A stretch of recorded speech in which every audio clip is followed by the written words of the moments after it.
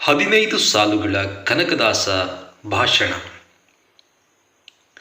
ಎಲ್ಲರಿಗೂ ನನ್ನ ನಮಸ್ಕಾರಗಳು. ಇಂದು ನಾವು ಭಕ್ತಿ ಸಾಮ್ರಾಜ್ಯದ ಶ್ರೇಷ್ಠ ಕವಿ ಶ್ರೀ ಕನಕದಾಸರ ಕುರಿತು ತಿಳಿಯೋಣ.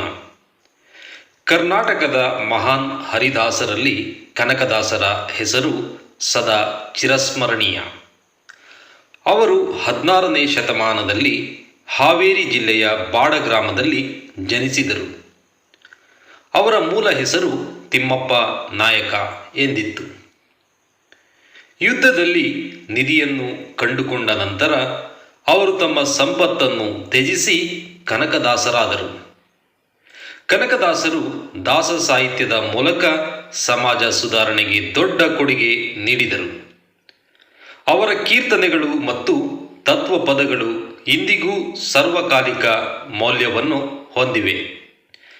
ಕನಕದಾಸರ ಕೃತಿಗಳಲ್ಲಿ ನಳಚರಿತ್ರೆ, ಮೋಹನ ತರಂಗಿಣಿ, ಹರಿಭಕ್ತಿ ಸಾರ ಮತ್ತು ರಾಮಧಾನ್ಯ ಚರಿತ್ರೆ ಪ್ರಮುಖವಾದವು.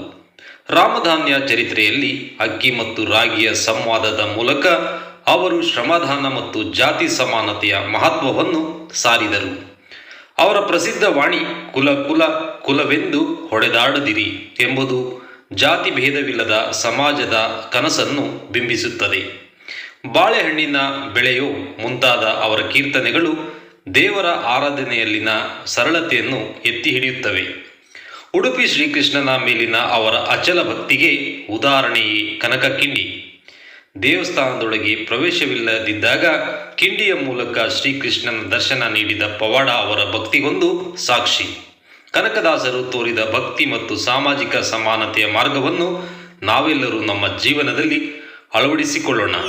ಧನ್ಯವಾದಗಳು.